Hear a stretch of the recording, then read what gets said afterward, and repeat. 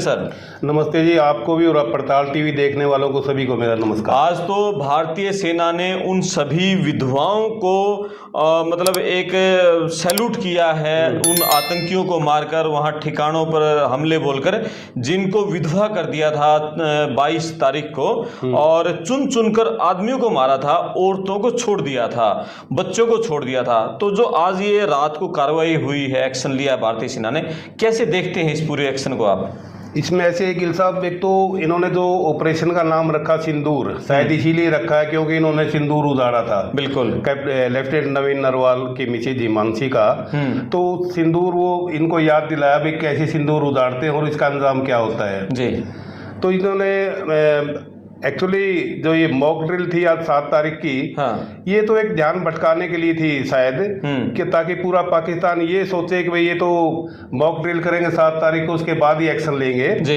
Actually इस कार्रवाई को डिसेप्शन मेथड बोलते हैं, मतलब एक जगह से ध्यान भटका करके उस कार्रवाई कर देना, मतलब डिसेप्शन मेथड बोलते हैं हम जो ये कार्रवाई करते हैं इस प्रकार की। बिल्कुल। तो ये रात को 1 बजे से और 1:30 बजे करीब, मतलब 25 या 30 मिनट के अंदर ही कार्रवाई कर दी, जिसमें 5 ठिकाने तो पीओके में थे, बिहावलपुर, कोटली, भीमबर, मुजफ्फराबाद, और 4 ये पंजाब के जो प्रांत है पाकिस्तान में, 4 जगह वहां पर इनके जो मस्जिद और मदरसे थे उनको अच्छी तरह से ध्वस्त किया है। बिल्कुल स्टिक निशाने लगाए गए हैं, और जो हमारी मिसाइल थी वो मतलब बगैर किसी उसके कहीं इधर उधर ना गिर जाए, बिल्कुल जहां पर हमें मारने थे वहां पर बिल्कुल स्टिक जा करके लगी है, और काफी नुकसान हुआ है। अभी पूरे मीडिया ने भी दिखा रखा है, तस्वीरें भी आई हुई हैं कि उसके जो एम्बुलेंस भी काफी ये सायरन बजा बजा करके आ रही है। तो इस प्रकार की जो ये कार्रवाई हुई है, बड़ी पाकिस्तान को एक झकझोर करने वाली जो बात की गई है, इसमें उनको एक तो सबक भी मिलेगा और उनको डर भी रहेगा, खौफ होगा उनको, भाई कभी भी ये कुछ भी कर सकते हैं। अब बालाकोट की जो बात थी उससे अपना ऑपरेशन की, उसमें इन्होंने कहा था भाई हमारे तो ये चील, कौवे और गिद्दड़ ये मरे हैं, हमारे तो बिल्कुल कुछ नहीं बिगड़ा, ऐसी बात नहीं थी। वो भी सर्जिकल स्ट्राइक बिल्कुल सही थी, सटीक निशाने वहां पर लगे थे, लेकिन वो तो कुछ भी बिलबिलाएगा, कुछ भी बोलेगा, इसमें भी कह देगा ये कल ने कि हमारा तो कुछ नहीं हुआ, लेकिन हुआ क्यों नहीं? 9 जगह इनको बिल्कुल चकनाचूर किया है, और मैं तो ये बोलूंगा कि आगे भी ये कार्रवाई बंद नहीं होनी चाहिए, इनको इसी प्रकार से ठोकते रहना चाहिए। किस तरह से एक्शन लेना चाहिए ये, क्योंकि आतंकवाद तो लगातार फैल रहा है, पड़ोसी देश है, कैसे मतलब भारत को एक्शन मूड में रहे अब आगे? देखिए, जो आतंकवादी हैं ये मतलब कभी भी सुधरने वाले नहीं है, मेरे को लगता है। अगर इनका पूरी तरह से सफाया हो जाए तो अपना आप ही सुधर जाएगा जी। और पूरी तरह सफाया करने के लिए हम कई बार इनके मौके गंवा चुके हैं। एक तो हमने जो भारत जब पाकिस्तान का विभाजन हुआ 1947 में, बांग्लादेश बना तब नहीं 1947 में, 47 में तो अक्टूबर के महीने में इन्होंने कबायलियों ने आकर के यहाँ पर कब्जे करने शुरू किए थे जी। काफी लूटमार की, और एक मतलब जो युद्ध छिड़ा था वो पूरे इन्होंने तकरीबन कश्मीर के ऊपर कब्जा कर लिया था। तो फिर राजा हरि सिंह जो होता था, उन्होंने रिक्वेस्ट की अपने पूर्व प्रधानमंत्री जवाहरलाल नेहरू से, तो उन्होंने अपनी सेना भेजी। सबसे पहले ये अपना सिख और कुमाऊं रेजिमेंट गई थी, और सबसे पहले श्रीनगर का जो एयरपोर्ट था उसको छुड़वाया था कबालिनों के कब्जे से, और उसी के अंदर अपना मेजर सोमनाथ शर्मा शहीद हुए थे, जो कि आजाद भारत का सबसे पहला परमवीर चक्र विजेता है। उसकी यादगार भी बनी इसके श्रीनगर एयरपोर्ट के पास ही, कभी जाओ तो वहां पर एक सलूट जरूर करके आना उसको। और उसके बाद में ये लड़ाई चलती रही, और 60% इलाका अपनी फौजों ने कबालियों से मुक्त करवा लिया, लेकिन जो 40% बच गया उसके लिए रिक्वेस्ट भी की थी फौज के अफसरों ने कि हमारे को 4 सप्ताह का समय दे दो, हम इसको भी ले लेंगे। लेकिन उस समय के प्रधानमंत्री जवाहरलाल नेहरू ने 1 जनवरी 1949 को बगैर किसी से पूछे, बगैर कोई कॉन्फ्रेंस मीटिंग किए और सीज फायर कर दिया, जिसका अंजाम ये हुआ कि 40% जो कश्मीर का इलाका है वो पाकिस्तान में चला गया और 60% हमारे पास है। अगर उस दिन ये कार्रवाई मतलब पूरा कश्मीर ले लिया होता तो आज ये दिन नहीं देखने पड़ते। तो पहली गलती तो यहाँ पर हुई है। और उसके बाद में भी जैसे कारगिल युद्ध हुआ था 99 में, मैं उसमें मोबाइल फायर कंट्रोलर की ड्यूटी कर रहा था और 10,000 राउंड मोर्टार के मैंने फायर करवाए थे। उसमें इसके जैसे ही हमने जो टास्क मिले थे वो सारे टास्क काफी मुश्किल टास्क थे। मतलब पूरी दुनिया के अंदर ऐसा युद्ध आज तक हुआ नहीं है इतनी ऊंचाई के ऊपर, और हुआ है तो इस प्रकार की जीत हासिल नहीं की होगी जो कि हम काफी नीचे थे, वो 18,000 फीट की हाइट के ऊपर थे और कैसे किस प्रकार से हमने उनको भगाया था वो तो हमारा ही दिल जानता है। लेकिन फिर भी उस समय भी लोगों में फौज में ये गुस्सा था कि वे एलओसी क्रॉस करने दो, लेकिन कोई आदेश नहीं था वे एलओसी क्रॉस नहीं की जाएगी, अपने जो इलाके में है उनको ही खदेड़ना है। वो उस समय भी एक मौका था। और इससे एक मिलती जुलती बात याद आ गई मुझे।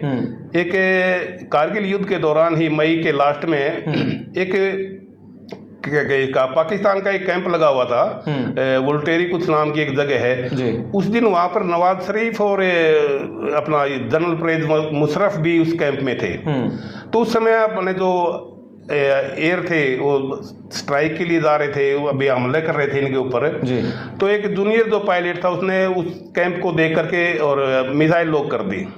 उसके बाद उन्होंने सीनियर से पूछा कि ऐसे ऐसे सर मैंने मिसाइल लॉक कर दी है और ये काफी यहाँ पर सेना है। मतलब कौन से इलाके में? कि हमारा इलाका नहीं, ये तो पाकिस्तान का इलाका है।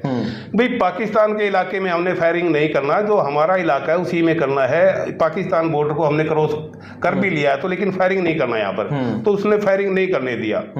अगर वो फायरिंग कर भी देता तो उस दिन इतना नुकसान होता उनके कैंप का, और साथ ही प्रधानमंत्री और क्या बोलते हैं जनरल परवेज मुशर्रफ ये भी मारे जाते। तो इसमें मतलब भाई ये था भी कि कोई डिप्लोमेटिक इशू ना बना ले, और डिप्लोमेटिक इशू बन भी सकता था तो कोई बात नहीं, एक युद्ध हम और लड़ लेते। वो तो लड़ ही रहे थे कारगिल युद्ध, तो सीमित जगह थी लेकिन पूरे बॉर्डर पर हम लड़ सकते थे, इतनी क्षमता हमारे अंदर है। और उसने क्या मतलब जो डिप्लोमेटिक थी 1914 के अंदर एक छोटा सा देश है ऑस्ट्रिया।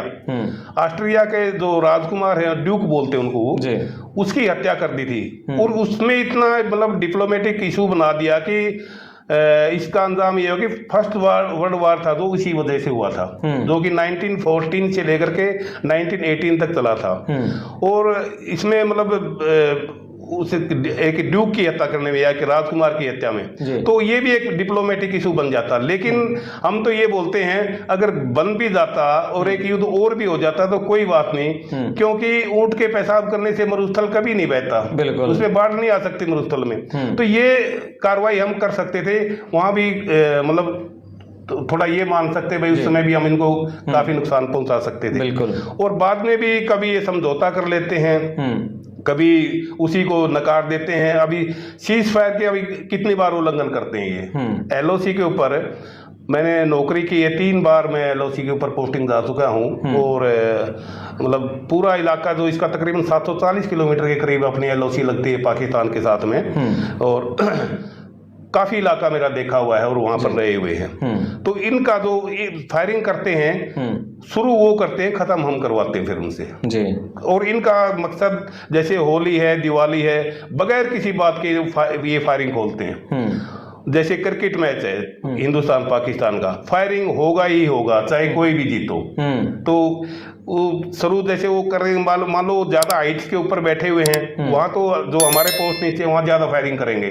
लेकिन हम जहां पर हाइट है उनके नीचे जो पोस्ट पर हैं उनके ऊपर हम उनको ज्यादा नुकसान करके और तब उनका मुंह बंद करवाते हैं। आपने 10,000 मोटार छुड़वाई उस समय? बिल्कुल बिल्कुल साहब, कारगिल के समय। हाँ जी। ये कल रात को किस तरह से, कौन से पायलट उसका जहाजों का, कौन से हथियारों का क्या इस्तेमाल, कितनी मिसाइलों का हुआ? ये तो एयर का इस्तेमाल हुआ था साहब। इसमें कुछ तो अपना नेवी का इसमें वो था, जो शिप वार होते हैं उससे उड़ान भर के किया है 4 जगह तो, और 5 जगह ये नजदीक जो एयरबेस थे।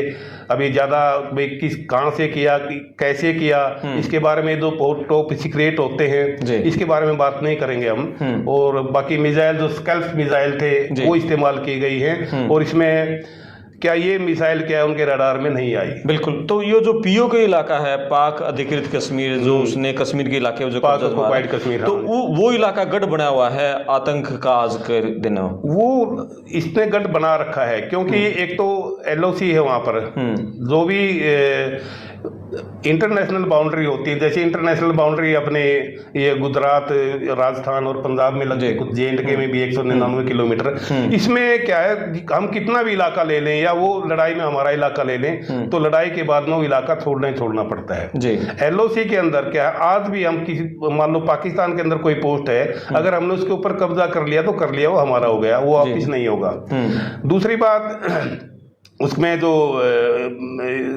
POK के लोग हैं वो मतलब इतने शिक्षित भी नहीं है और ना ही इतनी फैसिलिटी पाकिस्तान उनको दे रहा है, तो वो मतलब थोड़े में लालच में या लगा लो या किस प्रकार से बहकावे में आ जाते हैं। और उन्होंने वहां पर जो टेररिस्ट है वहां ट्रेनिंग कैंप खोल रखे हैं, लॉन्चिंग पैड बना रखे हैं, जो कि हिंदुस्तान में तबाही मचाने के लिए आते हैं और मचाई भी है।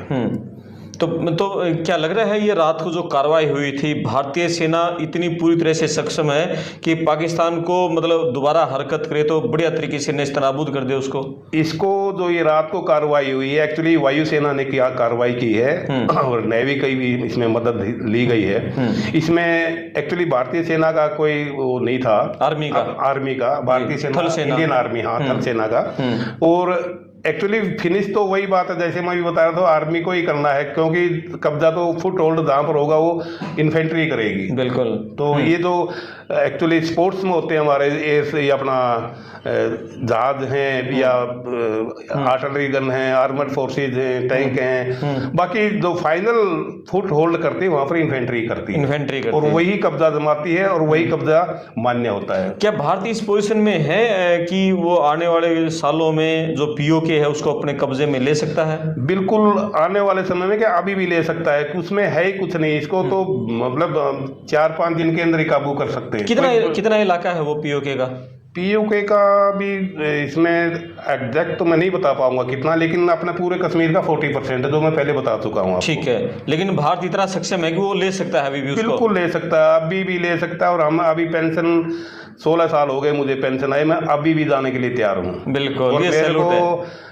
मतलब मन में ये है कि भाई शायद कारगिल के अंदर कुछ कमी रह गई हो, मैं अभी और ज्यादा मार सकते थे हम, तो अभी वो कमी पूरी करने के लिए हम तैयार हैं। बिल्कुल जी। कोई भी पूर्व सैनिक, अभी हम बात करते हैं कहीं भी आपस में बैठ करके इसके पहलगाम वाले किसी बात पे, इस घटना के ऊपर, तो सभी ये बोलते हैं भाई मैं तैयार हूँ। कोई जैसे कोर से है EMA का, वो बोलता है ठीक है मैं बिल्कुल तैयार हूँ जाने के लिए, बाकी मैं जो टेक्निकल जो रिपेयरिंग वगैरह जो वेपन्स का है उनको ठीक करना, जो भी मतलब उसका ट्रेड हो रखा है उसके लिए बोला मैं सक्षम मुकाम करने के लिए और मैं जाने के लिए तैयार हूँ। बिल्कुल, सभी बोलते, एक भी एक्स-सर्विसमैन हमने ये नहीं बोला कि भाई मैं तो नहीं जाऊंगा। ठीक है।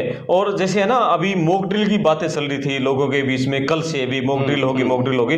लोग सुबह उठते लोगों को पता चला कि अचानक भी वहां तो ये स्ट्राइक कर दी है और वहां मतलब बम बसा दिए हैं। मॉक ड्रिल की जगह ठोक ड्रिल कर दी पाकिस्तान की अच्छी ठुकाई कर दी, मतलब मॉक ड्रिल नहीं तो ठोक ड्रिल हो गई। क्या लगता है पाकिस्तान अब कुछ करेगा, वो भी हमला है? इतनी हिम्मत उसमें कहा नहीं जा सकता, हिम्मत नहीं होती साहब। जो कमजोर आदमी होता है वो मतलब अपने छोटी मोटी हरकतों से बाज कभी नहीं आता जी। और इसका तो इतिहास ही गवाह है, कितना भी इसको देखो 1947 में, 65 में, 71 में, कारगिल 99 में, कितनी बार इसको हरा दिया। 93,000 इसके पाकिस्तानी हमने सरेंडर भी करवा लिया, लेकिन फिर भी नहीं मानता ये, अभी भी कर सकता है, कुछ भी कर सकता है। ऐसे देश का कोई भरोसा नहीं है और पूरा वर्ल्ड इसके मतलब विरोध करता है। इनके नागरिकों का पासपोर्ट देके भी अलग से ही डील करता है उनको जी, बाकियों की तरह नहीं। इसकी मतलब बिल्कुल डीपली उनकी सर्च की जाती है तब भेजते, क्योंकि विश्वास नहीं है इसका। जिसका विश्वास ही नहीं होता तो वो किसी लायक नहीं होता। यानी अभी आर्मी को और अलर्ट मोड पे रहना होगा उधर कश्मीर में। बिल्कुल अलर्ट मोड में तो रहती ही है 24 घंटे, इसमें कोई शक नहीं है कि भाई वो ढीली पड़ गई कभी भी, वो 24 घंटे अलर्ट मोड में रहती है, अभी भी रहेगी। और ये जो हमला हुआ है, इस टाइप के हमले जारी रहने ही चाहिए। अच्छा, हाँ, ये हमले रहने चाहिए, बिल्कुल जारी रहने चाहिए। बल्कि इसको बोलते हैं कि प्रोफिलैक्टिक फायर, जिसमें मतलब इरेगुलर पैटर्न से इनके ऊपर फायर किए जाएं। मतलब जैसे आज कर दिया, 1 महीने तक नहीं किया, 2 दिन बाद फिर कर दिया, फिर कभी कंटिन्यू कर दिया, कभी रात को कर दिया, कभी दिन में कर दिया। तो इनको मतलब ये हर समय इनके दिल में खौफ होना चाहिए कि हिंदुस्तान की तरफ से कभी भी कहीं भी हमला हो सकता है। कोई जगह निश्चित नहीं, कभी किसी तरफ कर दिया, कभी किसी तरफ कर दिया, लेकिन होने चाहिए उसी जगह जहाँ पर मदरसे और इनकी मस्जिदें हैं। सिविल जनता को नुकसान नहीं करना चाहिए। बिल्कुल। और कोई उसका पाकिस्तान का कोई भी जहाज भी एंट्री कर रहा था, वो भी मार गिराया है। एक जहाज गिराया है, इसमें खबरों में मैंने भी सुना है कि एक जहाज था, उसको अच्छी तरह गिराया, गिरता हुआ भी दिखा रखा है वीडियो के अंदर, जंगल में वो गिरा है। तो गिराने चाहिए, वो क्यों आया हमारे पास, और हमारे जो कार्रवाई कर रहे हैं उसके अंदर इंटरफेयर करेगा तो उसको गिराएंगे। बिल्कुल। क्या है मतलब ये युद्ध है, देखो युद्ध तो मतलब नुकसान ही है, इधर का भी नुकसान है उधर का भी नुकसान है ये, लेकिन ये आतंक को भी खत्म करना जरूरी है।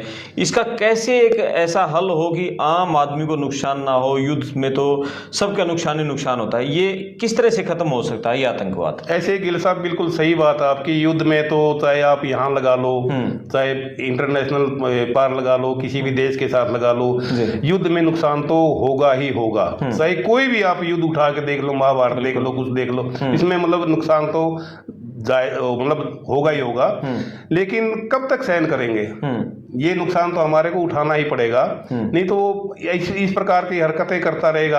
अब फिर बोलते हैं भाई ये जो पहलगांव की कार्रवाई थी इसमें कायराना हमला बोल देते हैं हम, कभी कायराना, लेकिन कायराना कैसे कह सकते हैं हम इसको? इतनी अंदर आके के मार के चले गए तो कायराना तो नहीं कह सकते। वहां उस समय आर्मी क्यों नहीं थी?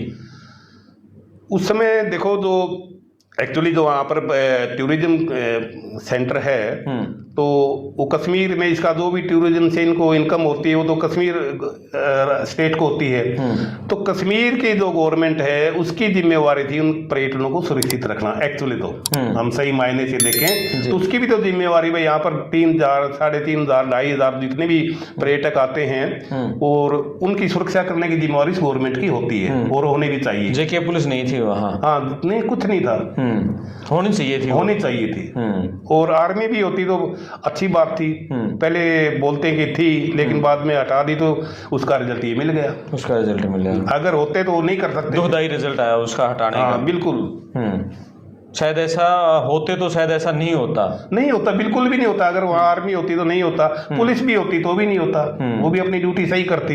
लेकिन वहाँ पर कोई सुरक्षा के इंतजाम थे ही नहीं, और उन्होंने रेकी वगैरह भी अच्छी तरह से की होगी। किसी का अपने हो सकता कोई अपना JNK का ही बंदा उन्होंने अपने उसमें कर रखा हो, तो उन्होंने जो मौका देख करके जो कार्रवाई की है, और थोड़ी देर नहीं की है, 25-30 मिनट तक ये कार्रवाई की है। धर्म पूछ करके लोग मारे हैं, मतलब बहुत ही बेरहमी से उन्होंने ये कार्रवाई को अंजाम दिया है। और आप तो लंबे समय उस इलाके में रहे हो, ऐसे कहाँ वो छुप गए होंगे उस बैसन घाटी में, उसको अंजाम देकर वो पकड़े नहीं गए आतंकी? देखिए, जो बैसन घाटी के अंदर है तो 6-7 उग्रवादी थे, वो अंजाम दे करके पाकिस्तान की तरफ ही गए होंगे। और वो तो बहुत ऊंची लंबी बहुत ऊंची पहाड़ियां हैं, ऊंची पहाड़ियां हैं, और ऊपर बर्फ है। नहीं, वहाँ पर अभी तो बर्फ नहीं है। नहीं, मैं जाके आया हूँ, इस हादसे के बाद मैं जाया हूँ, और ऊपर चोटियों पे तो बर्फ है। वहाँ पर चोटियों के ऊपर, वो चोटियों में क्यों जाए, वो तो पास है, जो ये दर्रे हैं यहाँ से निकलेंगे तो आगे उनको सुरक्षित जगह मिली जाएगी पाकिस्तान में। और यहाँ भी इन्होंने ठिकाने बना रखे हैं, JNK के अंदर भी। इसमें JNK में भी उनके ठिकाने हैं। देखो, JNK के अंदर जो LOC का इलाका है, इसमें उनकी आपस में रिश्तेदारियां भी हैं। अच्छा।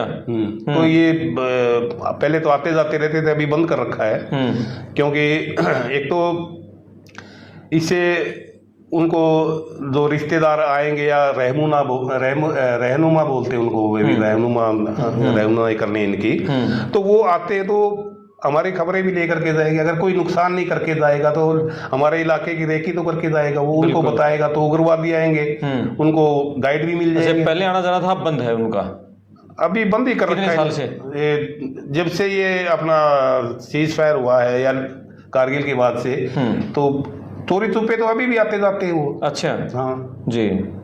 लेकिन पूरी तरह से अभी भी नहीं है बंद। नहीं, पूरी तरह से बंद नहीं। वो जो इलाका है एक्चुअली क्या है, आम दर्शक को समझाओ, वो जो पूरा एलओसी है वहाँ कितनी कितनी जगह पर आर्मी तैनात रह सकती है, किस तरह से है वो? देखो, जो ये अपना एक तो इंटरनेशनल बाउंड्री जो मैं पहले बता चुका आपको, गुजरात में, राजस्थान, पंजाब और थोड़ा इलाका जे&के का है। वहाँ से एक संगम जगह है, संगम पोस्ट है जोड़िया के पास, वहाँ से एलओसी शुरू हो जाती है। संगम का मतलब वही हो गया, अभी दो जगह मिल रही है, आईबी और एलओसी, और ये तकरीबन 740 किलोमीटर की दूरी है। इसकी जो टेरेन है वो कुछ दूरी तक तो प्लेन है, उसके बाद में सेमी माउंटेन है, फिर माउंटेन है आल्टीट्यूड तक ये जाती है। इसमें कोई ना तो फेंसिंग है, ना ही कोई इसमें दीवार है कि भाई ये बॉर्डर इसका है, ये हमारा है। फेंसिंग भी नहीं है? नहीं, वो सिर्फ लैंडमार्क से दर्शाई जाती है। लैंडमार्क मतलब ये नाले का मोड़ हो गए, यहाँ से नाले के साथ से चले गए, आगे कोई रिज लाइन हो गई, इस टाइप से ये एलओसी होती है। और इसका कोई जैसे अपना आईबी के ऊपर है या जो अपना दूसरी जगह है वहां पर फिक्स होता भी इतनी दूरी के ऊपर पोस्ट बना दिए। वहां पर ऐसा कुछ नहीं है। वहां पर जगह को देखते हुए, उस टेरेन को देखते हुए, भाई यहाँ पर उपयुक्त रहेगा, क्या पता 400 मीटर की दूरी पर पोस्ट हो जाए, क्या पता 100 मीटर की दूरी पर हो जाए। और उनका जो डिस्टेंस है मतलब अपना एलओसी से किसी पोस्ट का तो 25-25 मीटर की दूरी पर भी रहते वो। और उनको हम दिखाई दे गए तो उसी टाइम गोली मारेंगे। मतलब यहाँ तक मतलब उसमें जो हमने क्रॉल ट्रेंच बना रखी हैं उनके अंदर से ही छुप करके कार्रवाई करनी पड़ती है। और ज्यादातर कार्रवाई उस इलाके के अंदर रात को होती है। रात को दुश्मन हमले करता है वो भी रात को, और हम भी रात वो भी दिन में भी करेगा, वो तो दिन में भी कर देगा, क्योंकि दिन में इतनी कोई हरकत वहां पर होती नहीं है, ना वो करते ना हम करते।